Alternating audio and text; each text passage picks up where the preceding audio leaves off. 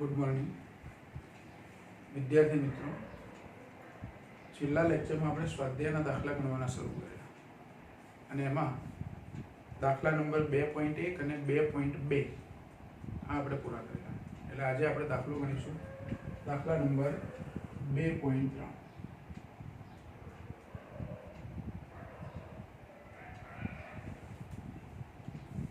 હવે જો અમુક પ્રશ્નો એવા પણ આપણને આપ્યા છે કે જેમાં કોઈ ગણતરી નથી કરવાની, પણ પ્રશ્ન પરથી સીધા જવાબ તમારે થિયરી પરથી અથવા તમે તમારી સમજણ પ્રમાણે લખી શકો એવા પણ પ્રશ્નો છે જે તમને આવડે એવા છે।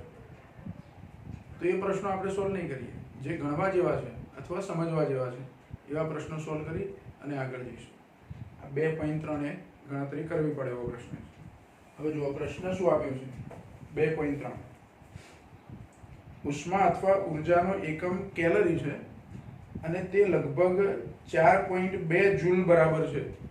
એટલે કહેવાનો મતલબ કે 1 કેલરી બરાબર 4.2 જૂલ થાય। ઊર્જાના એકમો વચ્ચેનો સંબંધ આપ્યો છે। 1 કેલરી બરાબર 4.2 જૂલ આ પ્રશ્નમાં આપ્યું છે આપણે। जो कैलरी ए ऊर्जानो एकम है અને जूल ए पण ऊर्जानो एकम है। આપણે કદાચ આ કેલરી એકમ વિશે તમે જાણતા હશો। કોઈ ખોરાક આપણે લઈએ છીએ તો અમુક ખોરાકમાંથી આટલા ગ્રામ અથવા આટલો જથ્થામાં ખોરાક લો તો એમાંથી આટલા કેલરી અથવા કિલો કેલરી ઊર્જા મળે એવું તમે શીખેલા છો 10મા ધોરણમાં, 9મા કે 10મા ધોરણમાં। એટલે કેલરી એ ઊર્જાનો એક એકમ છે। કેલરી અને જૂલ વચ્ચેનો સંબંધ આવો છે કે 1 કેલરી ઊર્જા એ કેટલા જૂલ ऊर्जा बराबर थाय तो 4.2 आश्रे। आम तो 4.186 એવું આવે પણ એને આશરે કેટલું આપ્યું છે અહીંયા 4.2। તો 1 કેલરી બરાબર 4.2 જૂલ થાય। જ્યાં 1 જૂલ બરાબર 1 કિલોગ્રામ મીટર સ્ક્વેર પર સેકન્ડ સ્ક્વેર છે। અહીંયા કીધું છે આપણને કે જ્યાં 1 જૂલ બરાબર 1 કિલોગ્રામ मीटर स्क्वेर पर सेकंड स्क्वेर। जो पर सेकंड स्क्वेर એટલે સેકન્ડ -2 લખી શકું, સેકન્ડની -2 ઘાત લખી શકું। હવે પ્રશ્ન શું છે જુઓ, ધારો કે એકમોની એક નવી પ્રણાલીનો ઉપયોગ કરીએ, નવી એકમ પદ્ધતિ તૈયાર કરીએ। આ જૂલ એકમ એ એસઆઈ એકમ છે અથવા એમકેએસ એકમ છે, આ પણ એમકેએસ એકમ છે। પણ નવી એક એકમ પદ્ધતિ, આપણે નવી એકમ પદ્ધતિ વિચારીએ તો જેમાં દળનો એકમ આલ્ફા કિલોગ્રામ છે। દળનો એકમ શું? આલ્ફા કિલોગ્રામ, આવું લખ્યું છે। દળનો એકમ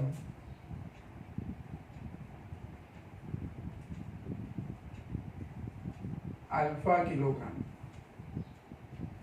લંબાઈનો એકમ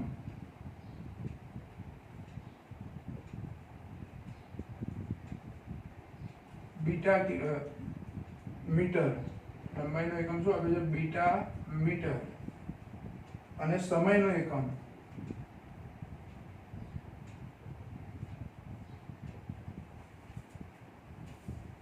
ગેમા સેકન્ડ।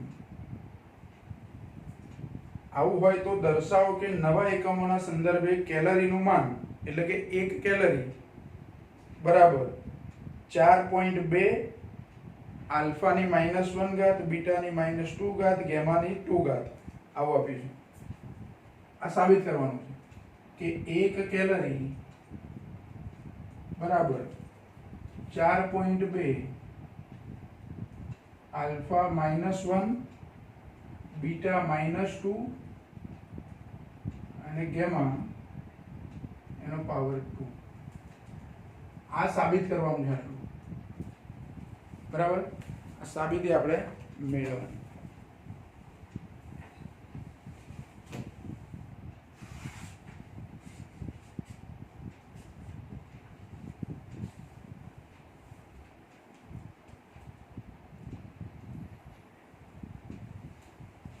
હવે જો આના માટે ગણતરી જે કરવાની છે આવો જવાબ આપણે લાવવાનો છે આલ્ફા, બીટા અને ગેમાના સ્વરૂપમાં। કેલરી અને એના જે એકમો, નવો એકમ અને કેલરી વચ્ચેનો સંબંધ આવો લઈ આવવાનો છે। અહીંયા કેલરી અને જૂલ વચ્ચેનો સંબંધ આપણને આપેલો છે। એટલે પહેલા તો આવું ધારી લઉં કે n1 બરાબર 4.2 જૂલ, n2 કેટલા થાય તે શોધવાના છે. હું n1 એટલે એવું લઉં છું કે 1 કેલરી બરાબર 4.2 જૂલ, તો 1 કેલરી બરાબર નવા એકમમાં શું થાય આવું આપણે શોધવાનું છે. જેમાં ધારો કે m1 દરનો એકમ મૂળ એકમ કયો છે તો kg એટલે 1 kg. પછી L1 એટલે લંબાઈનો મૂળ એકમ 1 મીટર અને T1 એટલે સમયનો મૂળ એકમ 1 સેકન્ડ. આ તો આપણને ખબર જ છે.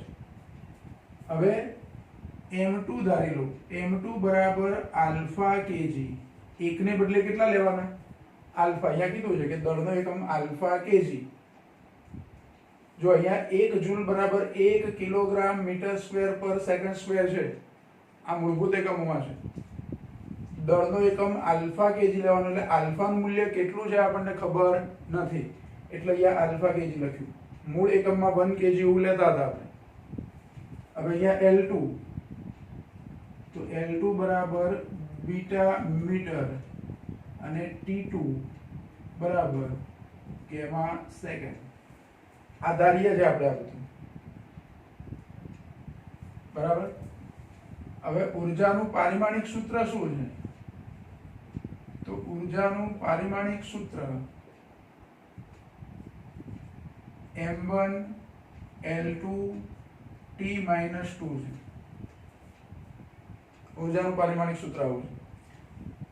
હવે એક વસ્તુ આપણે આ યાદ રાખવાની કે n1 m1 L1 T1 અને આની પર ઘાતાંકો આપણે લખીને જુદું જુદું લખીએ. જુઓ, n1 m1 ની 1 ઘાત, L2 એની 2 ઘાત, કારણ કે પારિમાણિક સૂત્રમાં L2 છે, અને T2 એની -2 ઘાત બરાબર n2 અહીંયા લેવાનું m2 એની 1 ઘાત, L2 એની 2 ઘાત અને T2 એની -2 ઘાત. જો n1 પછી અહીંયા m1 L1 T - 2 m1 L2 T - 2 બરાબર n2 m1 L2 T - 2. પણ અહીંયા નંબર આપણે ડાબી બાજુ n1 ની જોડે જે પદો લીધા અને આપણે m1 અહીંયા 1 લેવાનું છે, 1 અને 1. આ 1 કયા છે? તો સફિક્સમાં નંબર આપ્યા ને, મૂળ એકમોના સ્વરૂપમાં છે એને mlt માં 1 નંબર આપ્યો, અને નવી એકમ પદ્ધતિમાં જે mlt છે એને 2 નંબર આપ્યો. આપણે એવું ધાર્યું અહીંયા. એટલે ડાબી બાજુ જે n1 લખો એના ગુણાકારમાં m1 L1 T1 આવું. આ 1 1 1 છે એ ખાલી સંજ્ઞા તરીકે લીધા, જ્યારે આ એના પરિમાણ લખ્યા છે ઉપર. 1 2 - 2 એ પરિમાણ લખ્યા છે. હવે આમાંથી મારે શોધવાના છે n2. તો n2 ને શું કરવાના? કરતા બનાવી દેવાના. તો n2 ને કરતા બનાવીએ તો સૂત્ર કેવું થાય?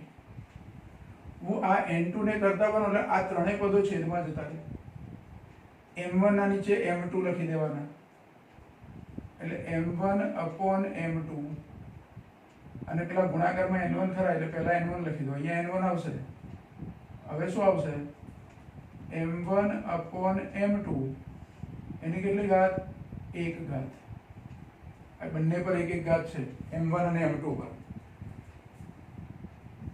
પછી L1 ની નીચે L2 આવતા રહેશે, એટલે L1 upon L2 એની 2 ઘાત છે. પછી T1 upon T2 એની -2 ઘાત છે. જો આ મૂળ એકમ પદ્ધતિ છે આપણી, જે એકમ પદ્ધતિ આપણે સ્વીકારેલી છે તે MKS પદ્ધતિમાં, કિલોગ્રામ મીટર અને સેકન્ડ, દળ લંબાઈ અને સમયના એકમ. આ નવી પદ્ધતિ છે, આ બાજુ નવી પદ્ધતિ છે. તો n1 એ મૂળ એકમ પદ્ધતિના 4.2 જૂલ છે, એટલે મારે અહીંયા n1 ની જગ્યાએ લખી દેવાના 4.2. n1 બરાબર શું લખી દેવાના? 4.2.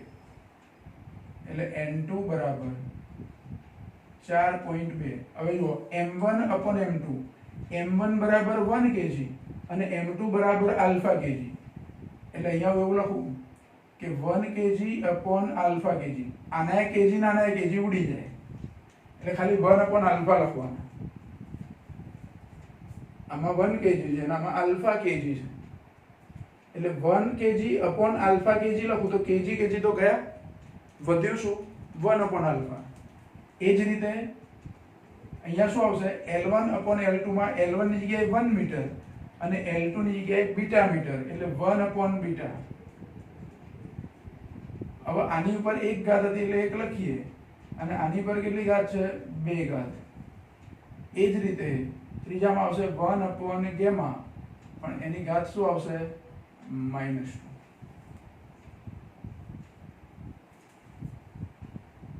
એટલે n2 બરાબર 4.2. હવે 1 upon આલ્ફા છે એમાં મારે આલ્ફાને ઉપર લખવા હોય તો એની ઘાત માઈનસ થઈ જાય અને ઉપર 1 ઘાત છે એટલે આલ્ફા -1 આવશે. પછી બીટા નીચે છે એને ઉપર લખવા હોય તો એની ઘાત -1 થઈ જાય અને -1 ની ઉપર 2 ઘાત એટલે બીટા -2 આવશે. ગેમા નીચે છે એટલે +1 છે પણ ઉપર જાય તો -1 ઘાત થાય, એની ઉપર -2 છે. -1 ગુણ્યા -2 એટલે +2 એટલે ગેમાની ઘાતાંક શું આવશે 2. એટલે જો n2 બરાબર શું મળ્યું નવી એકમ પદ્ધતિમાં ઉર્જાનો એકમ 4.2 આલ્ફા -1 બીટા -2 ગેમા 2. આવો જવાબ આપણને મળે. જો ફરી એકવાર ધ્યાન રાખો, આ પ્રશ્ન થોડોક જુદો છે. આવો પ્રશ્ન આપણને ભાગ્યે જ પૂછ્યો હોય કે જે આપણી ચાલુ એકમ પદ્ધતિ જે છે અત્યારે હાલ આપણે જે સ્વીકારેલી એકમ પદ્ધતિ એ સિવાયની નવી એકમ પદ્ધતિ.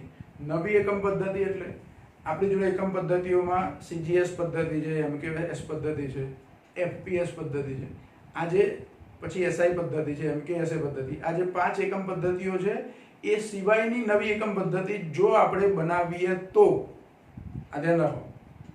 આ એકમ પદ્ધતિ અત્યારે હાલ આપણી જોડે નહોતી પણ આપણે આવી નવી એકમ પદ્ધતિ ધારી લીધી. તો ધારેલી એકમ પદ્ધતિ પ્રમાણે દળનો એકમ આલ્ફા કેજી, લંબાઈનો એકમ બીટા મીટર અને સમયનો એકમ ગેમા સેકન્ડ હોય તો એ નવી એકમ પદ્ધતિ પ્રમાણે આ કેલરી અને જૂલ વચ્ચેનો સંબંધ શું થશે એટલે n2 એટલે 1 કેલરી બરાબર 4.2. અહીં જૂલ છે એને બદલે આવું આવશે એટલે કે આ કિલોગ્રામ મીટર સ્ક્વેર પર સેકન્ડ સ્ક્વેર છે એને બદલે આલ્ફા -1 બીટા -2 ગેમા 2 આવશે. અત્યારે હાલ એકમ પદ્ધતિ આપણી છે એમાં 1 જૂલ અથવા અહીંયા 1 કેલરી લઉં તો 1 કેલરી બરાબર 4.2 જૂલ છે એને બદલે આ જૂલની જગ્યાએ અહીંયા હું આવું લખી શકું છું એટલે 1 કેલરી બરાબર 4.2 કેજી મીટર સ્ક્વેર પર સેકન્ડ સ્ક્વેર છે. એને બદલે નવી એકમ પદ્ધતિમાં 1 કેલરી n2 એટલે અહીંયા 1 કેલરી ડાબી બાજુ લખી શકું એટલે અહીંયા લખી શકું એટલે કે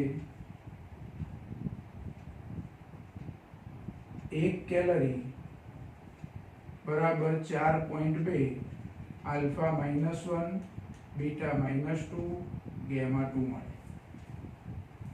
એટલે ખરેખર તો આલ્ફા એ શું થયું કેજી નું વ્યસ્ત થયું, બીટા એ શું થયું મીટર નું વ્યસ્ત થયું અને ગેમા એ સેકન્ડ નું વ્યસ્ત થયું. એટલે આ નવી એકમ પદ્ધતિ છે. તો આવા પ્રશ્નો કોઈક વખતે આપણને પૂછી શકાય એટલે આ પ્રશ્ન તમારે લખી લેવાનો.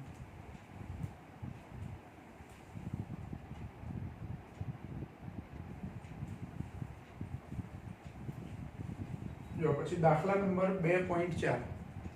આમાં આમ તો ગણતરી નથી પણ સમજવા જેવો પ્રશ્ન છે એટલે આપણે આ પ્રશ્ન લઈએ છીએ.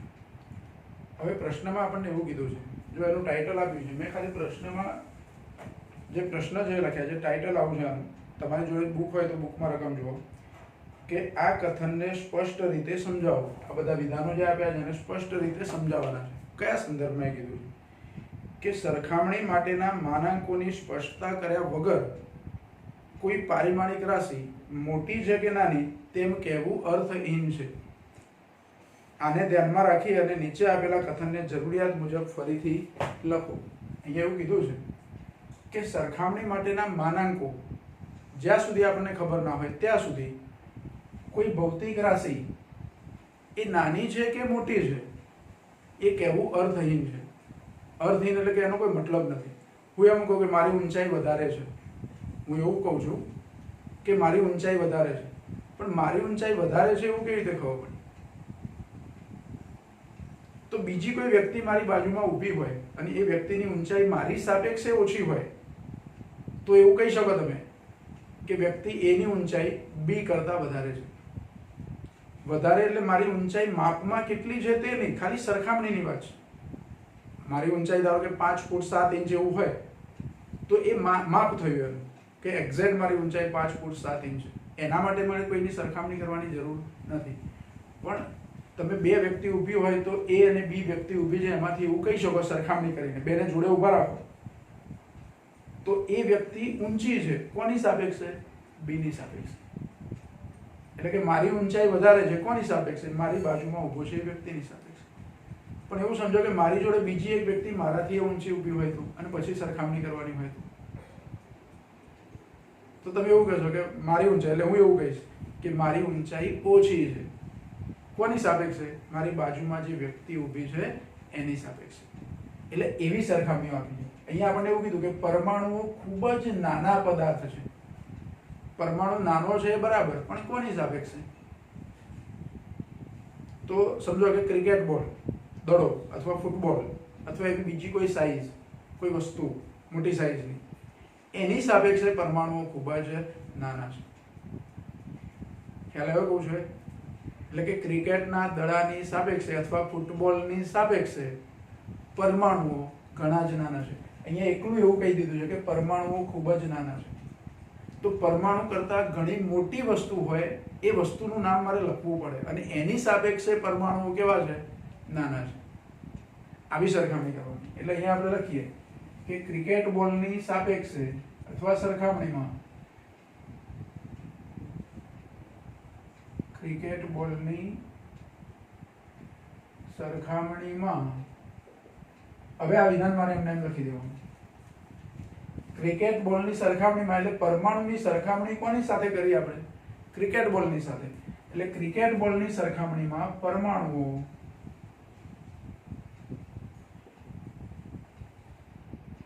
ખૂબ જ નાના છે અથવા નાના પદાર્થ છે. પણ જો પરમાણુની સામે હું અણુની સરખામણી કરું, દાખલા તરીકે હાઇડ્રોજનનો અણુ અને હાઇડ્રોજનનો પરમાણુ, તો હાઇડ્રોજનનો અણુ છે એ હાઇડ્રોજનના પરમાણુ કરતાં મોટો હશે, કારણ કે હાઇડ્રોજન પરમાણુમાં એકલો H છે અને હાઇડ્રોજનનો અણુ લઈએ તો H2 આવે, એટલે બે હાઇડ્રોજન પરમાણુ ભેગા થાય, એટલે બે પરમાણુ ભેગા થઈને એક અણુ બન્યો. પણ એ સરખામણી કેવી થઈ કે પરમાણુ ભલે નાનો છે અણુ કરતાં, પણ બહુ મોટો ફરક નથી. એમાં બહુ મોટો ફરક નથી, ડબલ સાઇઝ છે ખાલી. હાઇડ્રોજનના પરમાણુ કરતાં હાઇડ્રોજનનો અણુ લો તો એની ડબલ સાઇઝ થઈ, બે ભેગા થાય. એવી સરખામણી નહીં કરવાની, કારણ કે ખૂબ જ નાના છે એવું કીધું છે. પરમાણુઓ ખૂબ જ નાના છે એટલે જેની સાથે પરમાણુની સરખામણી કરો એ પરમાણુની સાપેક્ષે ખૂબ જ મોટી વસ્તુ હોવી જોઈએ. તમે સિંગદાણાની પણ સરખામણી અહીંયા કરી શકો. મગફળીનો એક દાણો અથવા સિંગદાણો, એની સરખામણીમાં પરમાણુઓ ખૂબ જ નાના પદાર્થ છે. કેમ કે સિંગદાણામાં કઈ 2, 4 કે 5, 10 પરમાણુ નહીં હોય, અસંખ્ય પરમાણુ હશે એમાં. એટલે એવી સરખામણી કરવાની. પછી એ જ રીતે બીજો પ્રશ્ન છે, જેટ પ્લેન ખૂબ જ ઝડપથી ચાલે છે. જેટ પ્લેન એટલે આકાશમાં ઉડે તે પ્લેન. હવે એ જેટ પ્લેન જે છે, નોર્મલ જે પ્લેન છે તે નહીં, પણ જેટ પ્લેન છે જે કેરોસીન, સફેદ કેરોસીનથી ચાલે. તો આ જેટ પ્લેન છે એની ઝડપ ખૂબ જ વધારે છે. યુદ્ધ વખતે જે આપણે ઉપયોગ કરતા હોય તેવા, ઇમરજન્સીમાં ઉપયોગ કરતા હોય તેવા એ જેટ પ્લેન છે. એની સ્પીડ વધારે છે. કોના કરતાં? સાયકલની ઝડપ કરતાં. અથવા કોઈ વ્હીકલ તમે લો કે બાઇકની ઝડપ કરતાં અથવા તો કારની ઝડપ કરતાં. રોડ પર જે વ્હીકલ આપણે બધા ચલાવીએ છીએ એમાંથી કોઈ પણ વ્હીકલ તમે લઈ શકો, એની સાપેક્ષે જેટ પ્લેનની ઝડપ ખૂબ જ વધારે કહેવાય. સમજો કે 900 કિલોમીટર પ્રતિ કલાક છે, 1 કલાકમાં 900 કિલોમીટરની ઝડપ છે જેટ પ્લેનની, એવું સમજો, જસ્ટ એક્ઝામ્પલ. તો એની સાપેક્ષે કારની ઝડપ કે બસ હોય કે ટ્રક હોય કે એ બધાની ઝડપ કેટલી? તો 60 કે 70 કિલોમીટર પ્રતિ કલાક, કદાચ 100 કિલોમીટર પ્રતિ કલાક. પણ પેલા 900 કિલોમીટરની સામે 100 તો કેવા કહેવાય? ઓછા કહેવાય. એટલે આવી સરખામણી કરવાની. તો મોટરસાયકલની સરખામણીમાં જેટ પ્લેનની ઝડપ ખૂબ જ વધારે છે અથવા મોટરસાયકલની સરખામણીમાં જેટ પ્લેન ખૂબ જ ઝડપથી ચાલે છે, એટલે એની જોડે એક સરખામણી કરી દેવાની.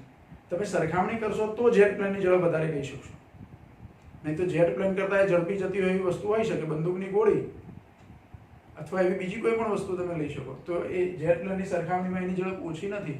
પ્રકાશનો વેગ એ જેટ પ્લેન કરતાં વધારે છે, ધ્વનિની ઝડપ એ જેટ પ્લેન કરતાં વધારે છે.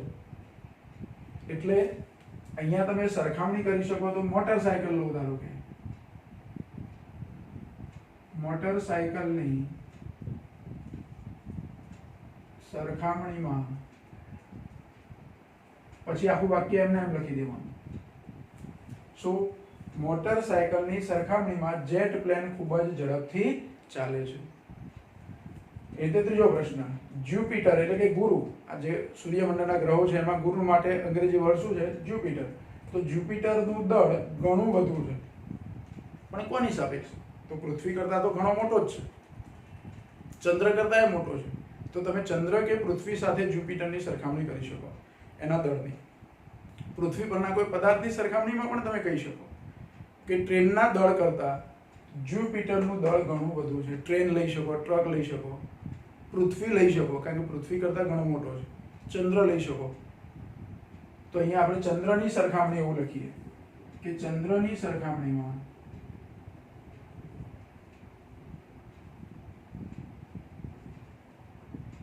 પછી વાક્ય આખું પૂરું લખી દેવાનું. ચંદ્રની સરખામણીમાં જ્યુપિટરનું દળ ઘણું વધુ છે. પછીનો પ્રશ્ન કે આ રૂમમાં રહેલા હવાના અણુઓની સંખ્યા ખૂબ જ વધારે છે. આ રૂમમાં એટલે આપણે જે રૂમમાં બેસીને ભણીએ છીએ તે રૂમની અંદર હવાના અણુઓની સંખ્યા ઘણી વધારે છે, પણ કોની સાપેક્ષે? હું અહીંયા કહી દઉં કે આ રૂમની અંદર હવાના અણુઓની સંખ્યા વધારે છે, પણ આના કરતાં મોટો રૂમ હોય તો એમાં તો આનાથી વધારે, એટલે આ તો ઓછી થઈ. તો આ રૂમમાં રહેલા હવાના અણુઓની સરખામણી એને આપણે 1 મોલ જોડે કરીએ કે 1 મોલ હવામાં રહેલા અણુઓની સરખામણીમાં, 1 મોલ જેટલી હવામાં રહેલા અણુઓની સરખામણીમાં આ રૂમની અંદર હવાના અણુઓની સંખ્યા વધારે છે, કારણ કે રૂમની અંદર હવાના મોલ 1 કરતાં વધારે હશે, ઘણા વધારે હશે. એટલે આપણે એવું કહી શકીએ કે 1 મોલ હવાના અણુઓની સરખામણીમાં 1 મોલ હવામાં રહેલા અણુઓની સરખામણીમાં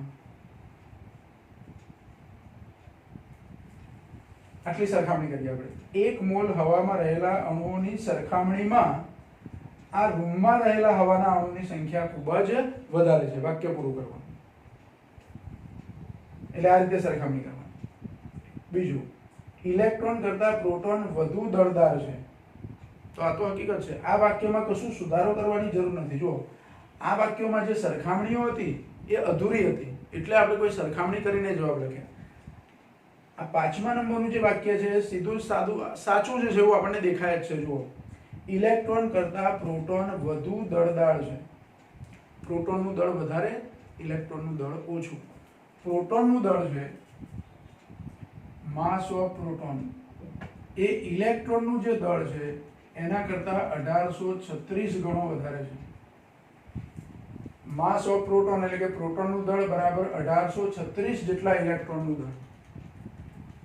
એટલે પ્રોટોનનું દળ ઇલેક્ટ્રોનની સાપેક્ષે કેવું થયું? વધારે. હું 1836 ઇલેક્ટ્રોન ભેગા કરું અને એનું દળ માપું, એ 1 પ્રોટોન જેટલું હોય. 1836 ઇલેક્ટ્રોનનું દળ એ કેટલા પ્રોટોન જેટલું હોય? 1 પ્રોટોન જેટલું. એટલે આ વાક્ય જે લખ્યું છે બરાબર જ છે. એટલે અહીં તો આપણે એવું લખી દેવાનું કે આ વિધાન સાચું છે. આ વિધાન કેવું છે? સાચું છે.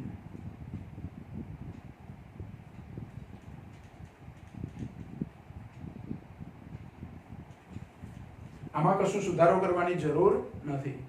સરખામણી બરાબર જ છે. બીજું, પ્રકાશની ઝડપ કરતાં ધ્વનિની ઝડપ ખૂબ જ ઓછી છે. પ્રકાશ જે ઝડપે ગતિ કરે છે એના કરતાં ધ્વનિની ઝડપ ઓછી છે. પ્રકાશની હવામાં ઝડપ અથવા શૂન્યાવકાશમાં ઝડપ, પ્રકાશની શૂન્યાવકાશમાં ઝડપ અથવા હવામાં ઝડપ લગભગ 3 × 10⁸ મીટર પર સેકન્ડ છે. એટલે કે 1 સેકન્ડમાં 3 લાખ કિલોમીટર. 3 લાખ કિલોમીટરમાં થોડુંક ઓછું હોય, 2,99,000 સમથિંગ. એટલે આશરે 3 લાખ કિલોમીટર છે.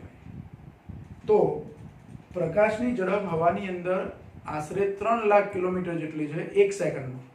એટલે 1 સેકન્ડમાં એટલું અંતર કાપે છે. ઝડપ 3 લાખ કિલોમીટર પર સેકન્ડ છે, એટલે કે 1 સેકન્ડમાં 3 લાખ કિલોમીટર જેટલું લગભગ અંતર કાપે. સામે ધ્વનિની ઝડપ હવામાં કેટલી છે? તો તાપમાન પર આધારિત છે, પણ સમજો કે સામાન્ય તાપમાને હવામાં ધ્વનિની ઝડપ લગભગ 330 મીટર જેટલી છે, મીટર પર સેકન્ડ જેટલી. પ્રકાશની ઝડપ 3 લાખ કિલોમીટર પર સેકન્ડ છે, જ્યારે ધ્વનિની ઝડપ 331 મીટર પર સેકન્ડ છે. એટલે 0.3 થયું, 0.3 કિલોમીટર જેટલી આશરે પર સેકન્ડ.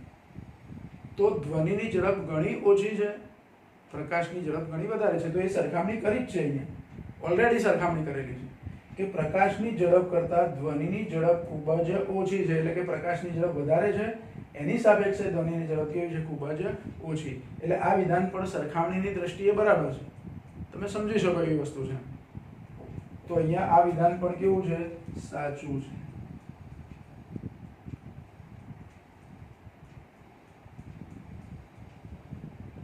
એટલે જો પહેલા 4 વિધાનોમાં સરખામણીમાં આપણે યોગ્ય સરખામણી કરવાની જરૂર છે, સુધારો કરીને લખ્યા, જ્યારે છેલ્લા 2 વિધાન સાચા જ છે, સરખામણીની દ્રષ્ટિએ યોગ્ય છે.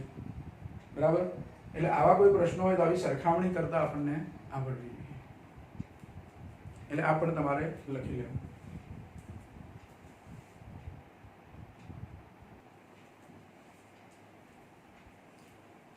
જો પછી દાખલા નંબર 2.5 એનો પ્રશ્ન જોઈએ. જુઓ કેવો છે.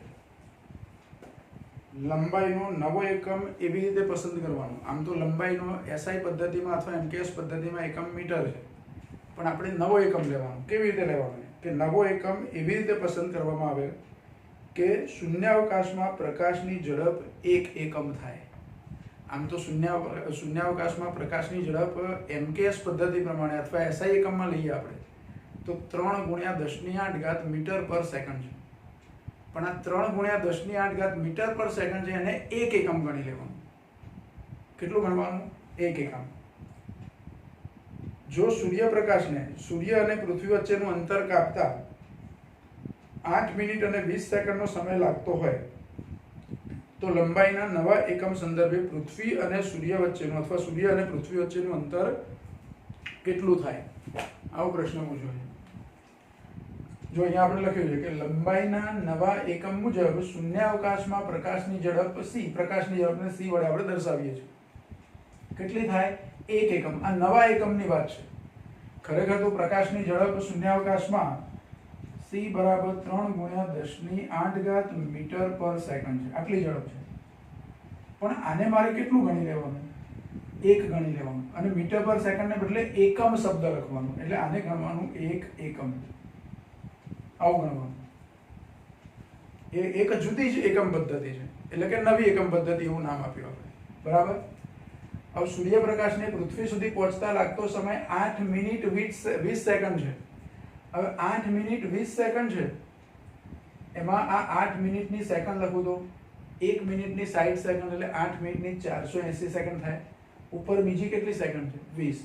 એટલે 480 સેકન્ડ વત્તા 20 સેકન્ડ એટલે 500 સેકન્ડ. સૂર્યપ્રકાશને પૃથ્વી સુધી પહોંચતા લાગતો સમય કેટલો છે? 500 સેકન્ડ છે.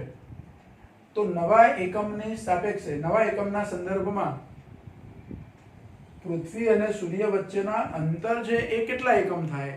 પૃથ્વી અને સૂર્ય વચ્ચેનું અંતર કેટલા એકમ થાય નવી પદ્ધતિના સાપેક્ષમાં? એટલે લંબાઈનો નવો એકમ જે આપણે વ્યાખ્યાયિત કર્યો છે એની સાપેક્ષે આ અંતર કેટલું થાય છે. બરાબર? તો આપણી જોડે એક સૂત્ર છે કે ઝડપ બરાબર અંતર ભાગ્યા સમય. તો એની પરથી અંતર બરાબર ઝડપ ગુણ્યા સમય. આ જે અંતર જે શોધવાનું છે એને ધારો કે હું d વડે દર્શાવું. પૃથ્વી અને સૂર્ય વચ્ચેનું અંતર છે એને d વડે દર્શાવું છું. તો અહીંયા અંતરમાં મારે લખી દેવાનું d, ઝડપમાં લખી દેવાનું c અને સમયમાં t. એટલે કે d બરાબર c × t. પણ c કેટલા લેવાના કીધા છે આપણને નવી એકમ પદ્ધતિ પ્રમાણે? 1. તો c ની કિંમત 1 લખી દેવાની. અને t આપણને કેટલા આપ્યા છે? 500. એટલે ડી બરાબર 1 ગુણ્યા 500 એટલે 500. પણ આ 500 છે એ મીટર એકમમાં નથી, નવી એકમ પદ્ધતિ પ્રમાણે છે. એટલે આ 500 મીટરો ના લખી શકું. અહીં સેકન્ડ છે ને આ ઝડપ છે, સેકન્ડનો એકમ ઝડપનો એકમ મીટર પર સેકન્ડ, અને અહીંયા સમયનો એકમ સેકન્ડ એટલે મીટર પર સેકન્ડ ગુણ્યા સેકન્ડ એટલે મીટર થાય, એવું નહીં. આ એક જે લખ્યા છે એનો નવી પદ્ધતિમાં એક એકમ કીધું છે. એટલે અહીં 500 મીટર એવું લખવાનું નથી, પણ 500 એકમ એવું લખવાનું. કયો શબ્દ લખવાનો અહીંયા? એકમ. કઈ પદ્ધતિમાં? નવી એકમ પદ્ધતિમાં. સૂર્ય અને પૃથ્વી વચ્ચેનું અંતર નવી એકમ પદ્ધતિમાં 500 એકમ થાય. કેટલું થાય? નવી એકમ પદ્ધતિમાં સૂર્ય અને પૃથ્વી વચ્ચેનું અંતર 500 એકમ જેટલું થાય, આવું કહી શકાય. બરાબર. આ નવી એકમ પદ્ધતિ વાળા પ્રશ્નો આવે એટલે અમુક વસ્તુ તમને થોડીક આમ કંઈક નવી લાગે કે પૃથ્વી અને સૂર્ય વચ્ચેનું અંતર ખાલી 500, પણ 500 મીટર નથી, નવી એકમ પદ્ધતિ પ્રમાણે આ અંતર છે. એટલે આ મીટર એકમમાં નથી કે કિલોમીટર એકમમાં નથી. બરાબર. જે કંઈ નવી એકમ પદ્ધતિમાં પ્રકાશની ઝડપને તમે 1 ગણ્યું છે, જે નવી એકમ પદ્ધતિમાં પ્રકાશની ઝડપને 1 એકમ ગણી છે, તે પદ્ધતિમાં પૃથ્વી અને સૂર્ય વચ્ચેનું અંતર 500 એકમ થાય. બરાબર. હવે નવી એકમ પદ્ધતિ કઈ, એનું નામ શું આપવાનું, એમાં 1 મીટર બરાબર કેટલું અંતર થાય એની આપણે ચિંતા કરવાની નથી. બરાબર. તો આમાં આટલી જ ગણતરી આવશે.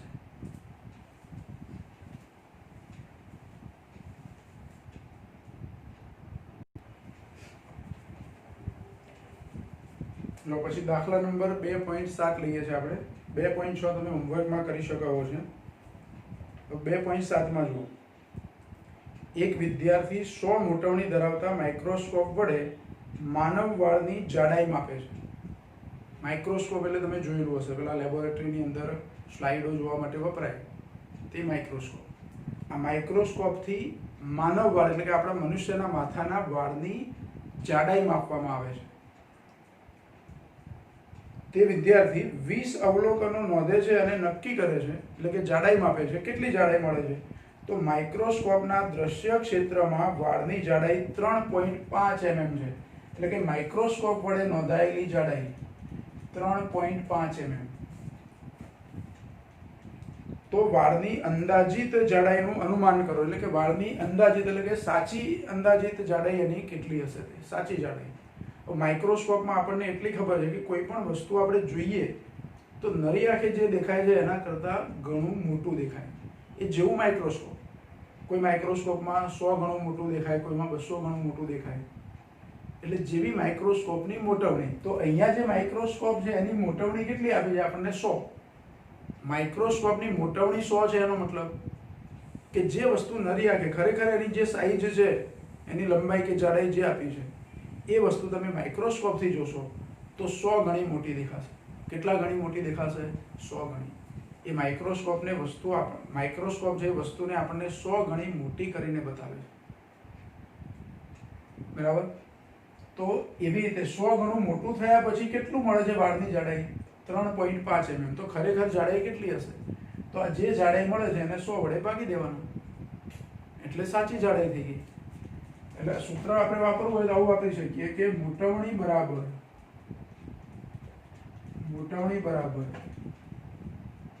માઇક્રોસ્કોપ વડે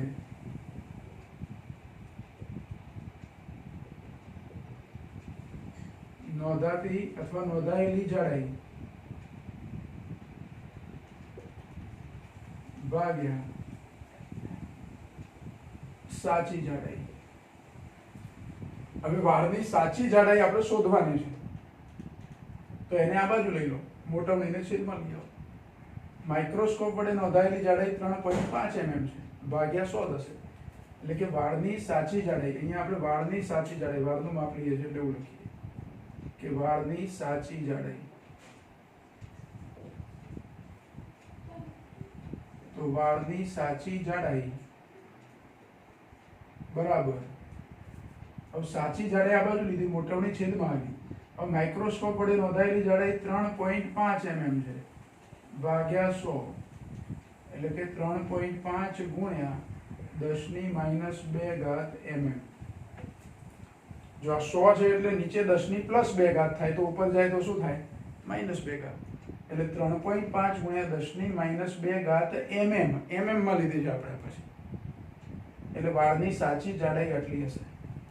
માઇક્રોસ્કોપ વડે જાડાઈ આપણે નોંધી, સીધી મારે આ જાડાઈ માપવાની હોત તો કદાચ હું વર્નિયર કે સ્કેલ વડે આ જાડાઈ માપવા જાઉં તો મને થોડું અઘરું લાગે. એટલે માઇક્રોસ્કોપ વડે જાડાઈ નોંધી અને માઇક્રોસ્કોપની મોટવણી આપણને ખબર હતી, તો મોટવણી જેટલા મૂલ્ય વડે આ જે માઇક્રોસ્કોપથી જાડાઈ મળે એને ભાગી દીધા એટલે વસ્તુની સાચી જાડાઈ મળી. ધારો કે આપણે લોહીનો નમૂનો લીધો હોય અને એની સ્લાઇડ બનાવી હોય અને રક્તકણની સાઈઝ માપવી હોય તો રક્તકણની સાઈઝ સીધી આપણે સ્કેલ કે એવી કોઈ વસ્તુ વડે માપી શકતા નથી. પણ આપણી જોડે સારી ક્વોલિટીનું માઇક્રોસ્કોપ હોય, એટલે કે સારી મોટવણી, વધારે મોટવણીવાળું માઇક્રોસ્કોપ હોય તો એની અંદર રક્તકણ આપણે ઓળખતા હોય રક્તકણને કે કેવો દેખાય છે, તો એની સાઈઝ માઇક્રોસ્કોપમાં પહેલાં માપી શકાય. સમજો કે માઇક્રોસ્કોપ એવું લીધું કે જેની મોટવણી 900 છે અથવા 1000 છે, 1000 જેટલી મોટવણી છે, તો રક્તકણ ખરેખર જેટલી સાઈઝનો હશે એના કરતાં 1000 ગણો મોટો દેખાશે. હવે 1000 ગણી મોટી સાઈઝ સહેલાઈથી તમે માપી શકો છો માઇક્રોસ્કોપથી. પછી જે જવાબ મળે એને 1000 વડે શું કરવાના? ભાગી દેવાના. એટલે જે કણ હતો એની સાચી જાડાઈ અથવા સાચું ડાયમેન્શન એનું આપણને મળી જાય, સાચું પરિમાણ એનું આપણને મળી જાય. તો આવી રીતે વસ્તુની સાઈઝનો અંદાજ લગાવી શકાય. તો અહીંયા વાળની સાઈઝનો અંદાજ લગાવ્યો, લગભગ એની સાચી જાડાઈ આટલી હશે. એટલે આ ટાઈપના માપનની આપણે અહીંયા ચર્ચા કરવાની હોય.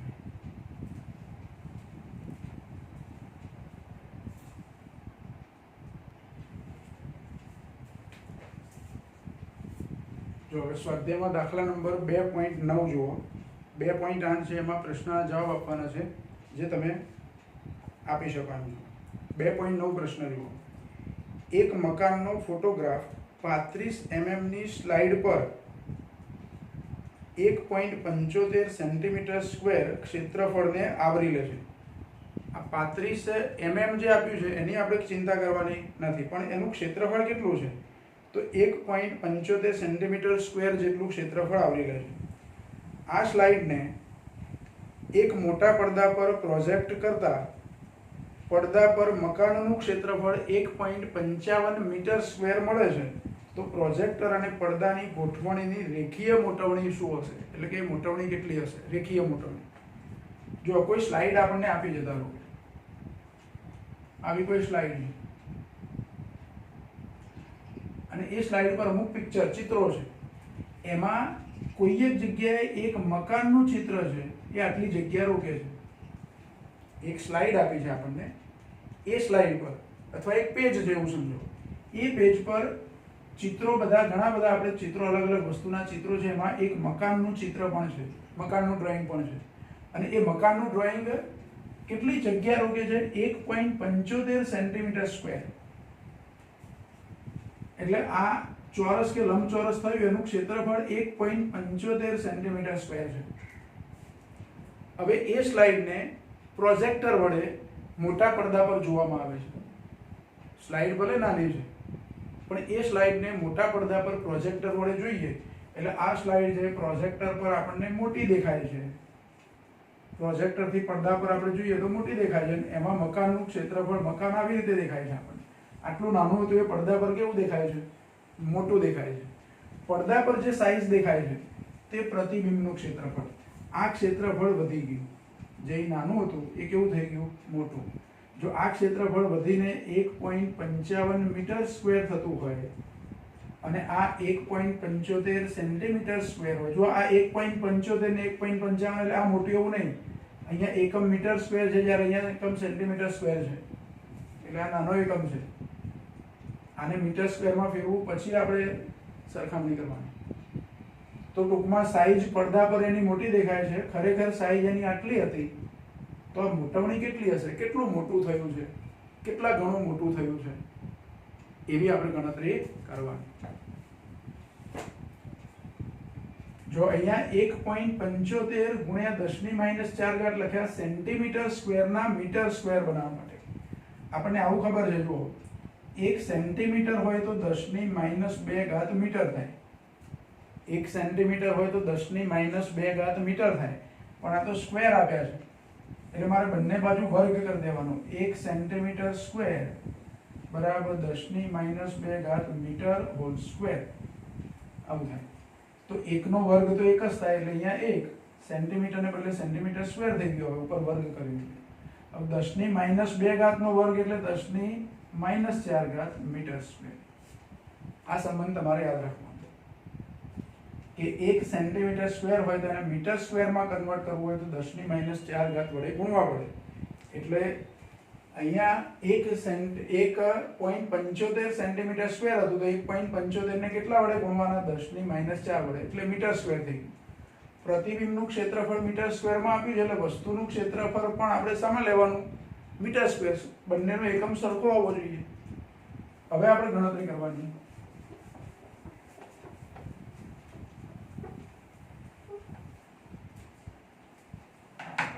હવે જો અહીંયા ક્ષેત્રફળમાં વધારો થયો છે. વસ્તુનું ક્ષેત્રફળ હતું એને બદલે પ્રતિબિંબનું ક્ષેત્રફળ વધી ગયું. તો મોટવણી પાછી રેખીય મોટવણી હોય અને ક્ષેત્રીય મોટવણી પણ હોય. અહીં પૂછ્યું છે રેખીય મોટવણી, પણ ડાયરેક્ટ આપણને રેખીય મોટવણી મળે નહીં. પહેલા ક્ષેત્રફળ કેટલા ગણું થયું એટલે કે ક્ષેત્રીય મોટવણી કેટલી છે તે નક્કી કરવું પડે. એટલે પ્રોજેક્ટર માટે ક્ષેત્રીય મોટવણી બરાબર પ્રતિબિંબનું ક્ષેત્રફળ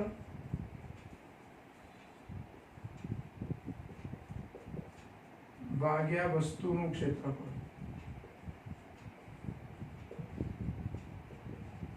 પ્રતિબિંબનું ક્ષેત્રફળ કેટલું મળ્યું આપણને? 1.55 જે આપેલું છે પ્રશ્નમાં, અને વસ્તુનું ક્ષેત્રફળ પણ આપ્યું છે 1.75 ગુણ્યા 10⁻⁴ ઘાત. -4 ઘાત અંશમાં જાય તો 10⁻+4 ઘાત થાય અને પેલો ગુણોત્તર શોધી કાઢો.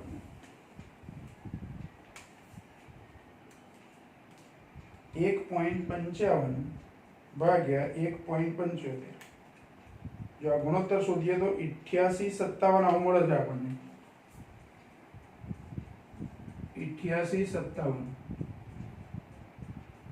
અને 0.8857 ગુણ્યા 10⁴ ઘાત. 10⁴ ઘાત એટલે 10,000, એટલે કે 1 ની પાછળ 4 મીંડા, તો આ પોઈન્ટને 4 સ્થાન પાછળ ખસેડી દો એટલે ઘાત જતી રહે. એટલે 8857 આ ક્ષેત્રીય મોટવણી થઈ. જો મોટવણી હોય એટલે એને એકમ ના હોય એટલે પાછળ મીટર સ્ક્વેર કે સેન્ટીમીટર સ્ક્વેર એવું લખવાનું નથી. હવે ક્ષેત્રીય મોટવણી પરથી રેખીય મોટવણી શોધવી હોય તો આનું વર્ગમૂળ લઈ લેવું પડે એટલે રેખીય મોટવણી થઈ જાય. એટલે રેખીય મોટવણી બરાબર વર્ગમૂળમાં ક્ષેત્રીય મોટવણી. આ સૂત્ર આપણે યાદ રાખવાનું. ક્ષેત્રીય મોટવણીનું વર્ગમૂળ લઈએ એટલે રેખીય મોટવણી આપણને મળે. તો 8857 એનું વર્ગમૂળ લેવાનું એટલે રેખીય મોટવણી મળે.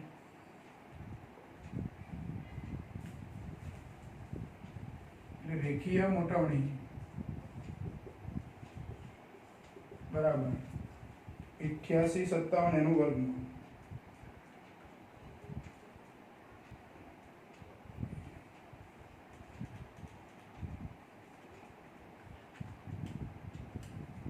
એટલે 94.11 મળે છે. 94.11 એટલે આશરે 94. એટલે રેખીય મોટવણી 94 જેટલી છે. એટલે પેલી સ્લાઇડ પર આપણે કીધું કે આ સ્લાઇડ પર અહીં ધારો કે મકાન છે તો એની એક બાજુ, આખું ક્ષેત્રફળની વાત નથી કરતો હવે, ધારો કે એક બાજુ અહીંયા જેટલી દેખાય છે એની લંબાઈ, એ પ્રોજેક્ટર પછી પડદા પર જોઈએ તો આ લંબાઈ લગભગ 94 ગણી મોટી થઈ જાય છે. એટલે અહીં 1 સેન્ટીમીટર હોય એક બાજુનું માપ, તો પ્રોજેક્ટર પર 94.11 સેન્ટીમીટર જેટલું આપણને દેખાય છે, એવું કહેવાય. આ રેખીય મોટવણી થઈ, એક બાજુના માપની વાત થઈ.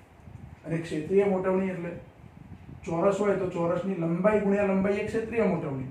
પણ એકલી લંબાઈ લો અને એનો ગુણોત્તર લો લંબાઈનો, કે પડદા પર દેખાતી લંબાઈ ભાગ્યા સાચી લંબાઈ, તો એ રેખીય મોટવણી કહેવાય. બરાબર.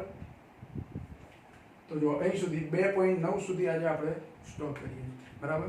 પછી બાકીના દાખલા હવે નેક્સ્ટ લેક્ચરમાં.